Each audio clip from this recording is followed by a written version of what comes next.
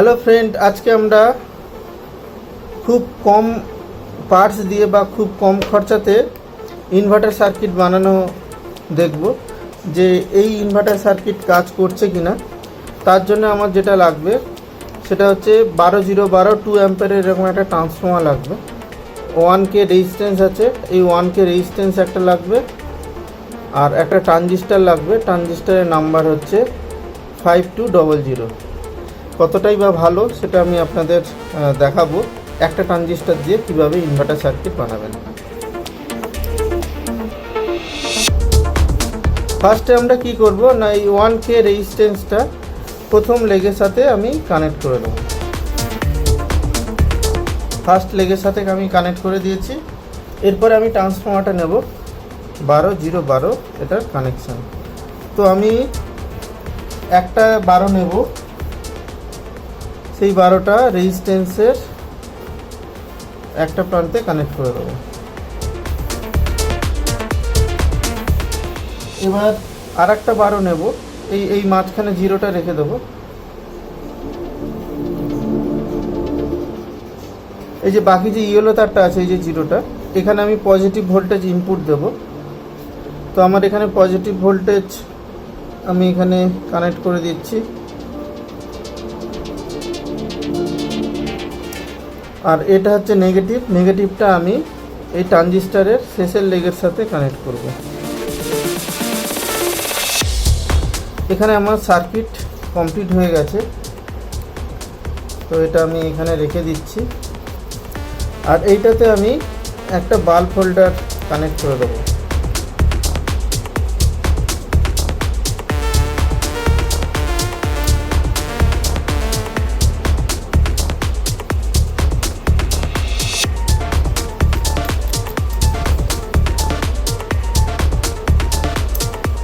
তো এবার আমরা ভোল্টেজ সাপ্লাই বা এখানে 12 ভোল্ট আমি ইনপুট দিয়ে দেখি যে কি রেজাল্ট আসছে।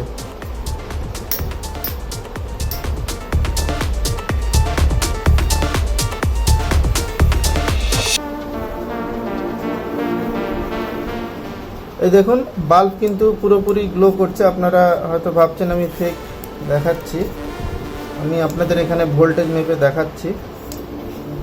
তবে এই ট্রানজিস্টারটা গরম হচ্ছে, এই ট্রানজিস্টারে আমাকে হিটসিং ইউজ করতে হবে।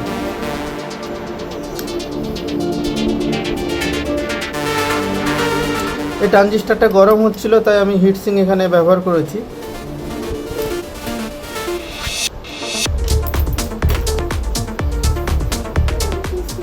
এই দেখুন, এখানে কিন্তু আমার বাল্ব গ্লো করছে এবং ইনভার্টার আমার ঠিকঠাকই কাজ করছে। এটা 12 ভোল্ট 12012 ট্রান্সফর্মার আছে।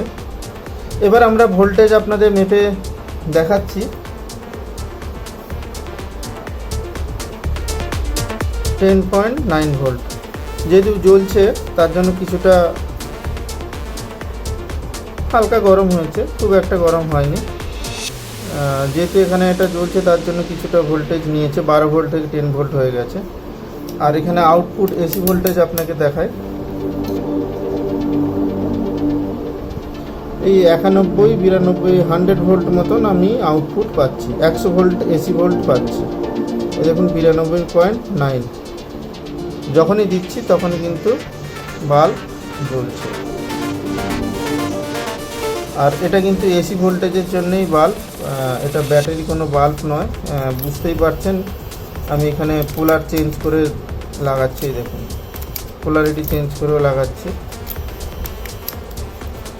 একটা ট্রানজিস্টার দিয়েই আপনারা ইনভার্টার বানিয়ে নিতে পারেন।